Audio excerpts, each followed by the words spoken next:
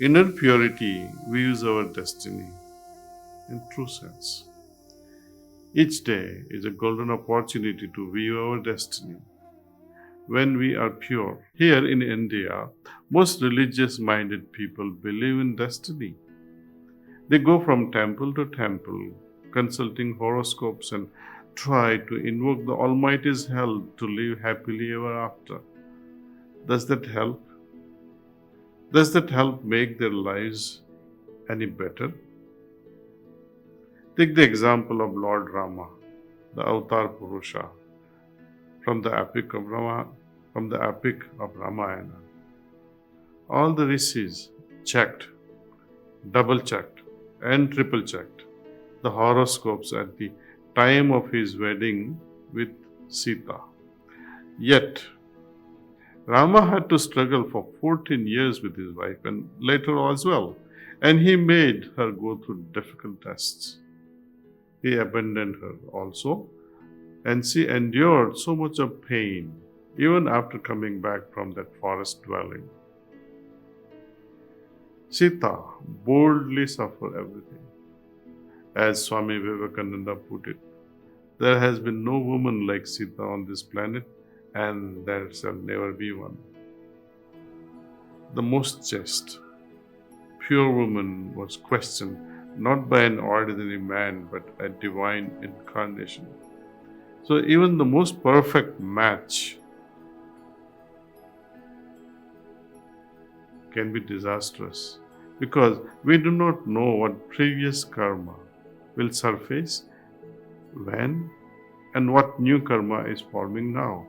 But in this case of Rama and Sita, both being Avatar Purusha, that they didn't have any previous karmic imprint.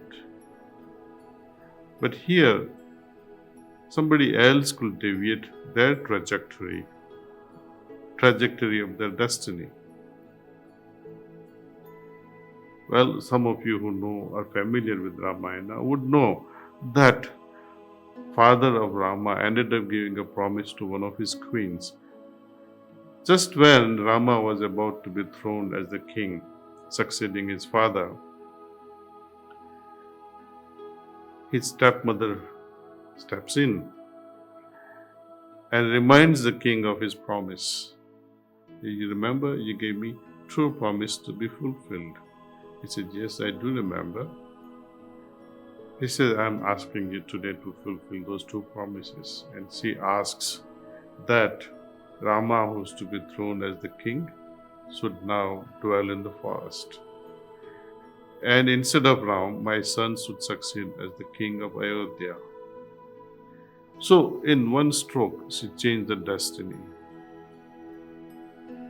Well, it's much debatable. Should Rama's father have listened to this promise fulfillment?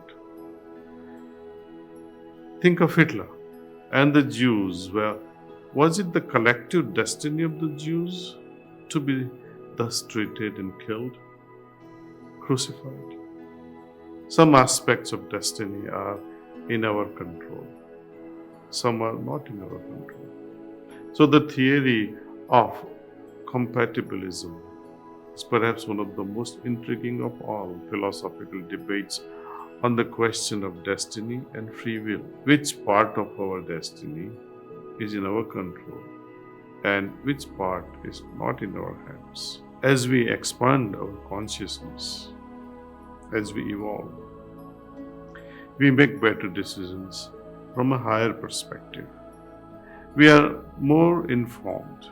We override our patterned, habitual thought processes that are limited by the barriers of past biases and instead dive into each decision-making process afresh from an expanded consciousness through the heart. Unless we keep that watch on ourselves, how can we keep track of the journey? Destiny and subconsciousness are similar in nature. Habits become our subconscious. Habits are very powerful.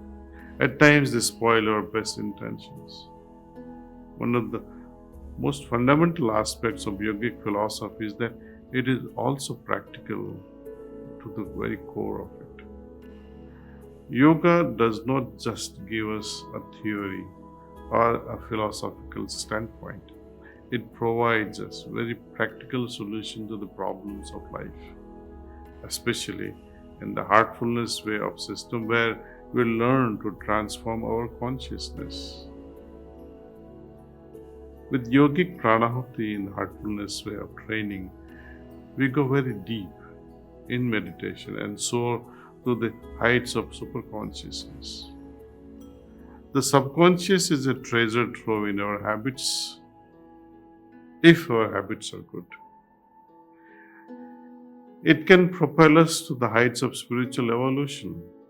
The method used in heartfulness to refine our subconscious mind is revolutionary, as researched and processed by my Guru Babuji. Inner purity views our destiny in true sense. Each day is a golden opportunity to view our destiny. When we are pure, our inner compass looms up very clearly in front of us, and we can consciously steer the waters of life towards the desired destiny.